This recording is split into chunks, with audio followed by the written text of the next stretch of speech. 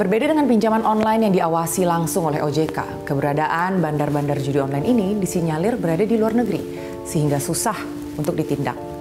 Dan apakah hukum di negara kita mampu menjerat para bandar dengan hukum yang berlaku sekarang?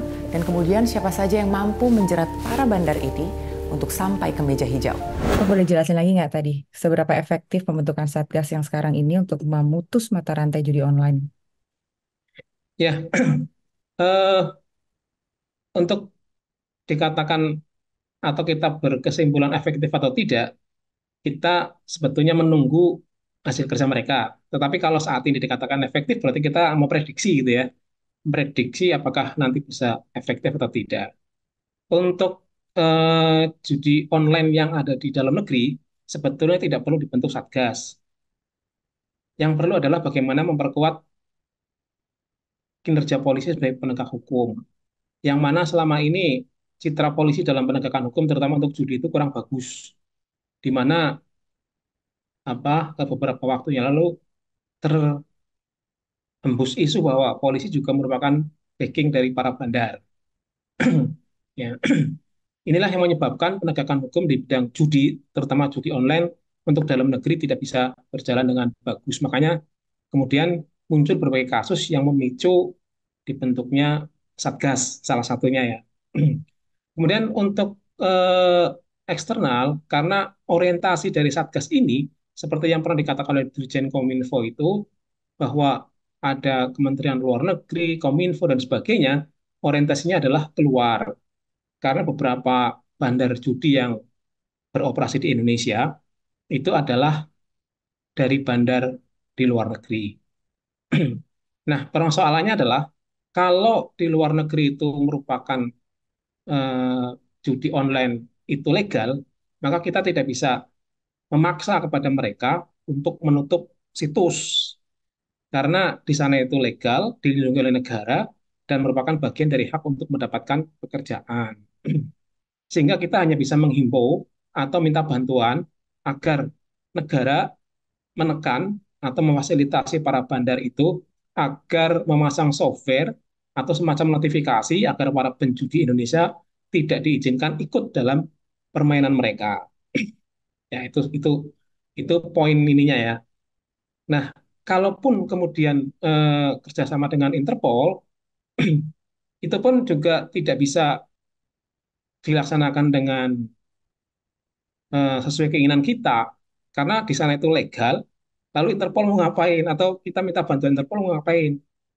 Karena di sana legal, maka bantuan itu sifatnya hanya untuk apa itu eh, ya minta bantuan juga kepada para bandar tadi ataupun otoritas di sana untuk setidak-tidaknya mencegahlah orang Indonesia untuk tidak berjudi di platform mereka.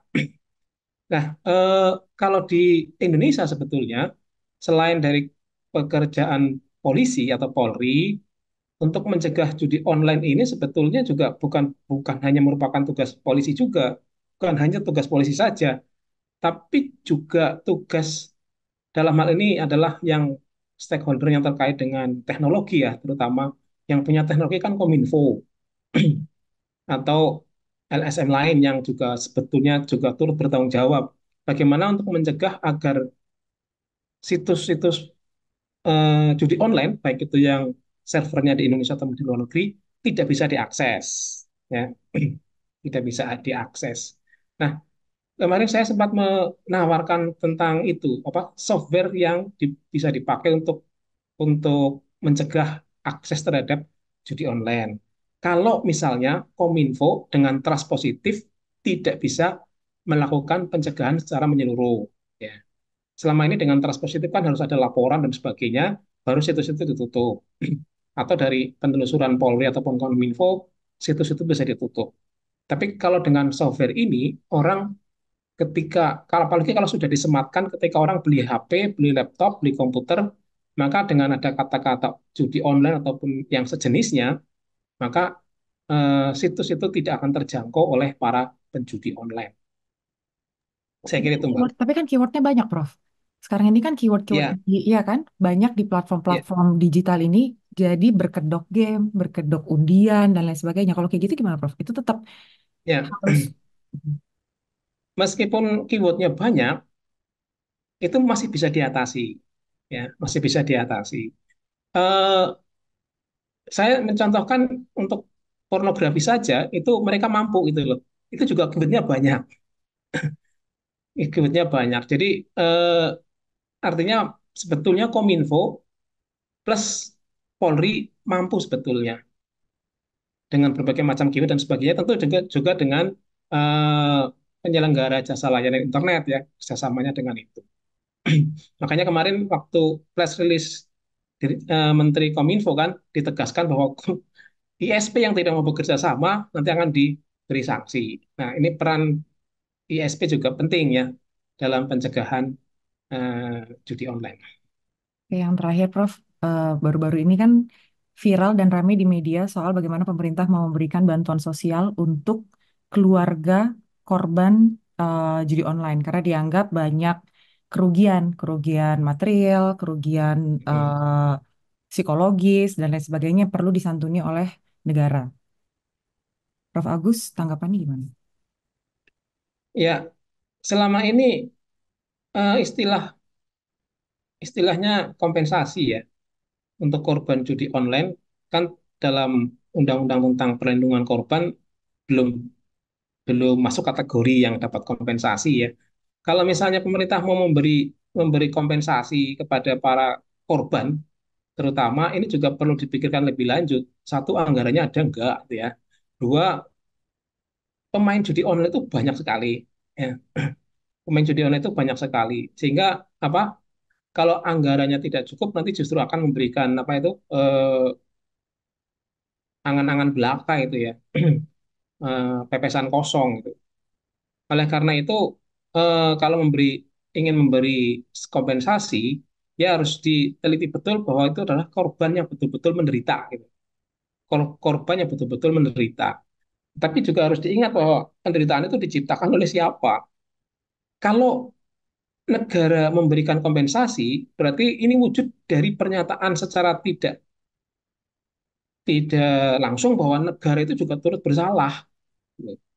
Negara itu juga turut bersalah bahwa dia tidak bisa menjaga warga negaranya sehingga warga negaranya ikut judi online gitu loh. Apakah ini yang dimaksud negara dalam hal ini sebagai bentuk permintaan maaf sehingga memberikan kompensasi? Nanti juga akan banyak komentar, terutama mereka-mereka yang kontra ya bahwa negara ngurusi kayak gini malah menimbulkan apa itu namanya eh, menghabiskan anggaran. Kenapa tidak memperkuat saja kinerja polisian dalam hal ini ataupun Kominfo untuk mencegah terjadinya judi online. Sekaligus juga membangun budaya dan literasi masyarakat bahwa perbuatan judi itu tidak baik dan seterusnya lah yang menimbulkan kerugian tidak hanya pada diri sendiri, keluarga dan juga masa depan seperti yang dikatakan oleh Pak Jokowi itu. Kan Gitu, Mbak. alasannya kan sesuai dengan Undang-Undang Dasar 1945, Prof, bahwa orang miskin dan anak-anak terlantar ditanggung oleh negara. Itu yang kemarin terakhir pernyataan dari Menko PMK. Betul.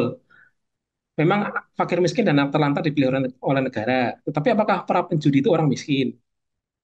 Nah, kalau penjudi itu orang miskin atau apa namanya orang tidak berpunya, kan bisa di di apa namanya dialihkan ya dalam arti begini. Mereka selama ini mereka kan mendapatkan bantuan tunai langsung ya.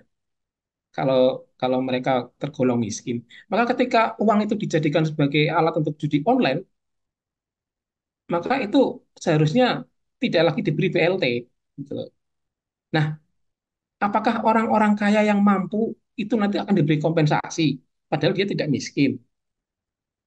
Ya, ini menjadi sebuah pertanyaan juga nanti banyak orang yang ngaku-ngaku sebagai korban judi online, padahal mereka sendiri yang melakukan atau berinisiatif melakukan judi online.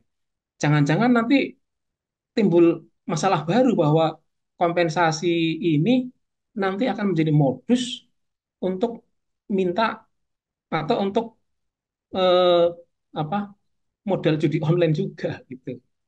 Publik menanti aksi nyata atas tim Satgas untuk betul-betul bisa memutus mata rantai judi online. Bukan cuma sekedar wacana yang garang di awal, kemudian menguap di belakang. Judi online betul-betul bisa mengancam bukan hanya merusak kehidupan warga, tapi juga mengancam kehidupan bangsa. Para orang tua diharapkan untuk bisa betul-betul hadir di tengah keluarga, mengawasi anak-anak mereka dalam bermain game online untuk memitigasi supaya setiap anak tidak terlibat dalam judi daring yang berkedok game. Kalau bukan dimulai dari kita, siapa yang bisa mengawasi generasi ke depan? Saya Anggi Pasaribu, sampai bertemu di Inside Story yang akan datang.